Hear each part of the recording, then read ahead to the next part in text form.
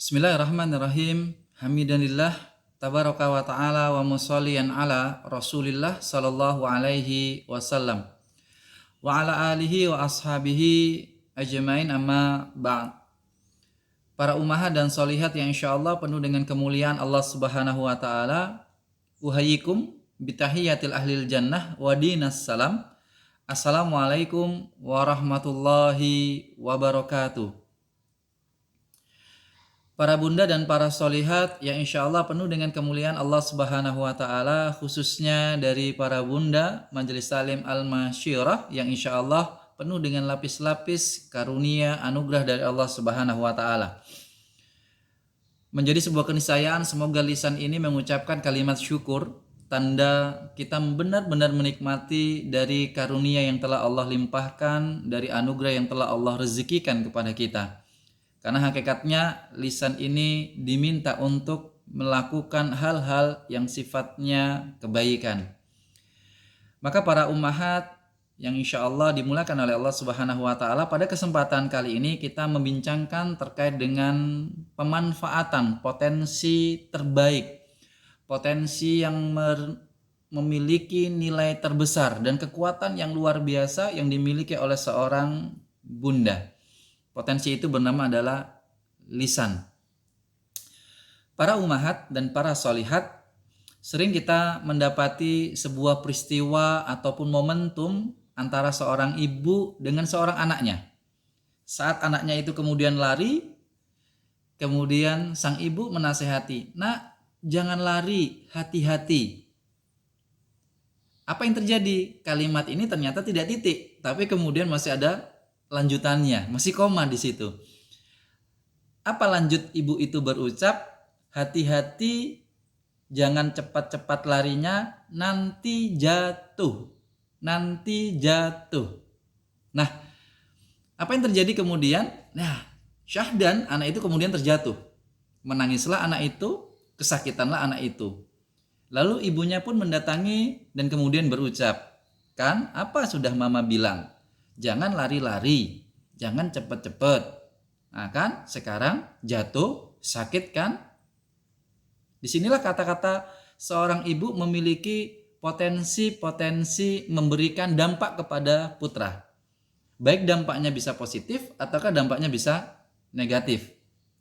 Maka para ummahat insya Allah dimuliakan oleh Allah Subhanahu wa ta'ala, seharusnya kalimat itu dititik, diakhiri hanya pada "Nak, jangan lari-lari. Nak, tolong hati-hati ketika lari." Tapi biasanya ada tambahan, "nanti jatuh." Nah, akhirnya anak itu terjatuh. Apakah jatuhnya itu dari ucapan seorang ibu itu, ataukah memang sudah takdirnya Allah? Namun hakikatnya kita sebagai orang tua memang harus hati-hati berucap, harus hati-hati bertutur kata kepada anak. Ini satu momentum ucapan seorang ibu. Pun juga ada ucapan seorang ayah yang juga memberikan efek. Dalam sebuah kisah saya mendapati seorang anak laki-laki itu kemudian usia 7 tahun itu berucap dengan tertawa terbahak-bahak, "Hahaha, aku anak setan." Kata si anak ini yang usianya masih 7 tahun. Ternyata ketika di flashback didapati seorang ayah itu dengan perasaan jengkel, marah, temperamen dan emosional yang tinggi kemudian mengunci anaknya yang berusia 7 tahun itu di kamar mandi sambil berucap, "Dasar kamu anak Dajjal." Itu ucapan seorang ayah. Maka para bunda yang insya Allah dimuliakan oleh Allah Subhanahu wa ta'ala, dari dua kisah ini kita dapati memang ucapan orang tua itu menjadi sebuah kepastian akan memberikan dampak kepada putra-putrinya. Tidak hanya ucapan seorang ibu, tidak juga hanya ucapan seorang ayah. Keduanya memberikan dampak.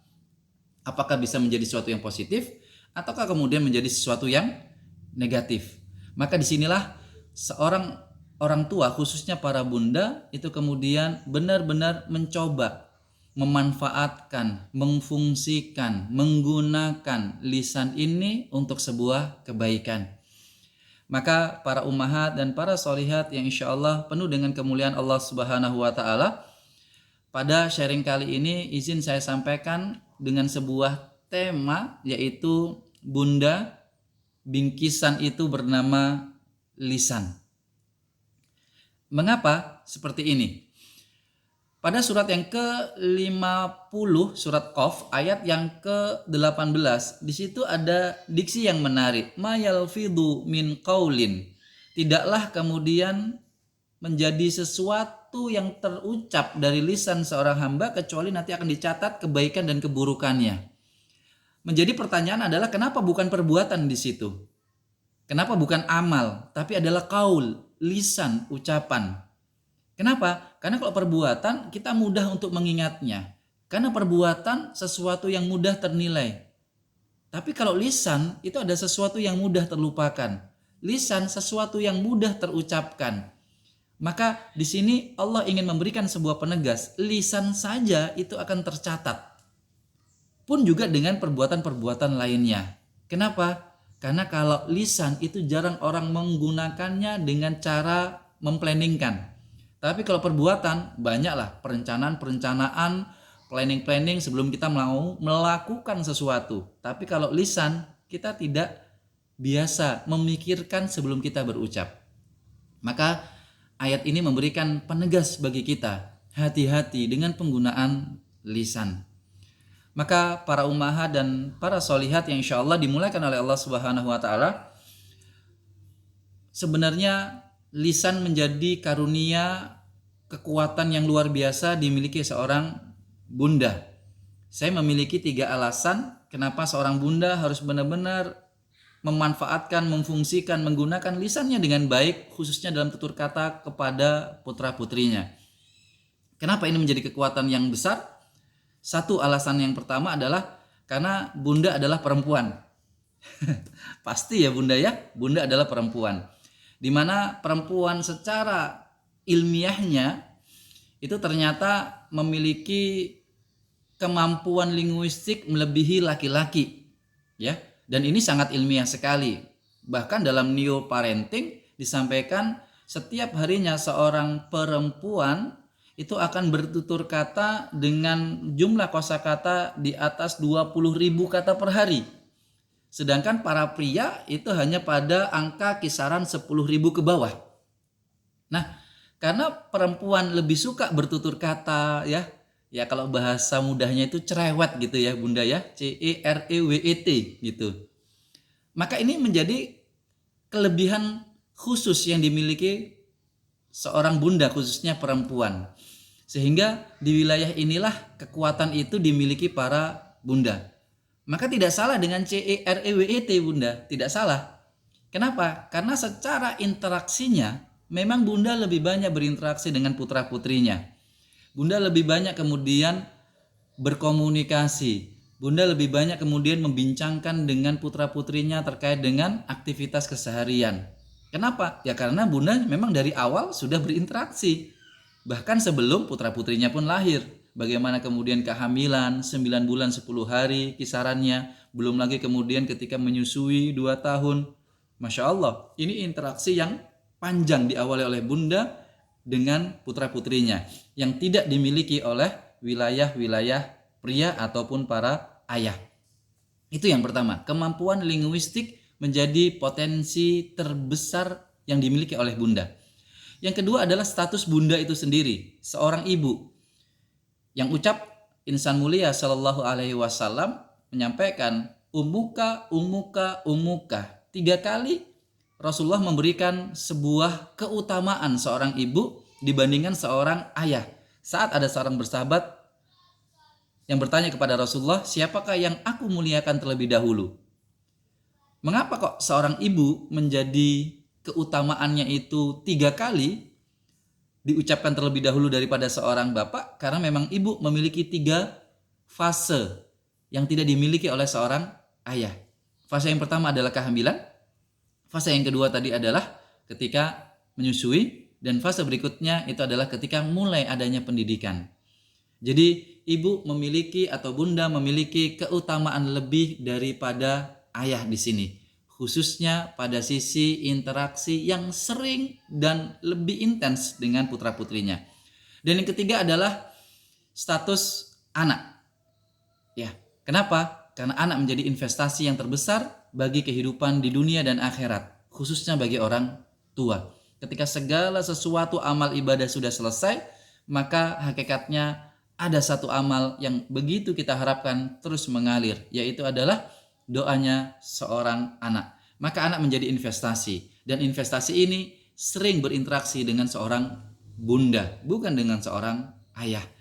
Maka dengan 3 alasan ini para ummahat, satu, ummahat adalah seorang perempuan dengan kemampuan linguistik yang luar biasa. Yang kedua, seorang ibu dengan memiliki potensi keutamaan, kemuliaan yang lebih. Dan yang ketiga, sering berinteraksi dengan investasi terbesarnya, yaitu seorang anak.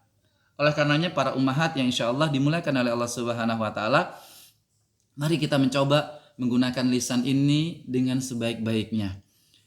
Memang tidak mudah menggunakan lisan untuk sebuah kebaikan. Sebagaimana Rasulullah menyampaikan, falyakul khair aw liyasmut. Berucaplah yang baik, kalau tidak bisa diam. Nah, ini agak yang unik ini para ummahat. Kalau tidak bisa berucap yang baik, maka ucapkan sesuatu yang tidak ada nadanya, tidak ada suaranya, yaitu diam. Nah, kan kesulitan bagi para ummahat untuk diam. Ya kan? Kesulitan bagi para ummahat untuk diam. Kenapa? Karena para ummahat tadi kan CEREWET. Cerewet dengan diam. Ini kan agak-agak kontradiktif gitu ya para ummahat. Jadi agak-agak berbeda sehingga sulit untuk perempuan itu untuk diam. Oleh karenanya para ummahat, ada sebuah alternatif solusi yang lain yang bisa dilakukan oleh para ummahat. Apa itu? Berpikir sebelum kemudian berucap. Berpikir sebelum kemudian berucap. Sebagaimana seorang sahabat Abu Hurairah radhiyallahu anhu meriwayatkan hadis dari Rasulullah sallallahu alaihi wasallam. Apakah itu? Barang siapa yang kemudian innal abda bikalimatin min ridwanillahi azza wa jalla. Barang siapa seorang hamba itu berucap, bertutur kata yang kalimatnya itu diridhai oleh Allah Subhanahu wa Ta'ala, maka sesungguhnya Allah memberikan kebaikan-kebaikan dari kalimat itu. Namun ketika ada seorang mengucapkan kalimat-kalimat keburukan tanpa difikirkan terlebih dahulu, maka sesungguhnya itu akan memuara kepada sebuah kata neraka jahanam. Jadi para ummahat, salah satu alternatifnya itu adalah memfikirkan terlebih dahulu sebelum kita kemudian berucap dan bertutur kata. Memang ini menjadi sebuah PR. Memang ini tidak instan. Memang ini tidak mudah. Namun bisa kemudian dibiasakan untuk berpikir terlebih dahulu sebelum kemudian berucap. Maka para ummahat yang insya Allah dimulakan oleh Allah Subhanahu wa Ta'ala, menjadi sebuah kesimpulannya adalah para ummahat itu penuh dengan kelembutan. Karena perempuan, bunda, identik dengan pelukan, identik dengan sentuhan, identik dengan sincerity, identik dengan rasa cinta, yang semuanya tersatukan kata yaitu kelembutan. Yang kedua bunda, lisan itu kalau kita sentuh maka lembut, ya. Lidah itu kita sentuh maka akan lembut. Dan yang ketiga adalah bingkisan, hadiah. Hadiah dalam bahasa Arab itu sama dengan kata hidayah. Hadiah, hidayah, hidayah, hadiah. Makna dari hidayah itu adalah sesuatu karunia Allah yang sifat lembut. Maka bingkisan atau hadiah itu artinya juga lembut. Maka para ummahat dengan 3 kelembutan ini, yaitu bunda mendapatkan hadiah dari Allah, yaitu hadiah kemampuan lisan yang luar biasa, hadiah lembut. Lisan itu kemudian kalau kita sentuh lembut, dan juga seorang bunda memiliki karakter penuh dengan kelembutan. Jika kelembutan ini kita gabungkan menjadi satu, sungguh memberikan sebuah kemanfaatan dan kebaikan. Tentunya tidak hanya pada sisi karakter anak, namun lebih dari itu, perbuatan akhlakul karimah yang menjadi sebuah investasi terbesar bagi para ummahat nantinya fi dunya wal akhirah insyaallah. Ini yang dapat saya sharingkan terlebih dahulu pada kesempatan ini para ummahat. Nanti bisa kita perluas dan kita perdalam dalam sesi Q&A. Terima kasih, mohon maaf. Saya Heru Kusuma Hadi pamit undur diri terlebih dahulu. Kita bertemu nanti insyaallah dalam sesi Q&A. Terima kasih, mohon maaf. Billahi taufik wal hidayah waridho wal inayah. Wassalamualaikum warahmatullahi wabarakatuh.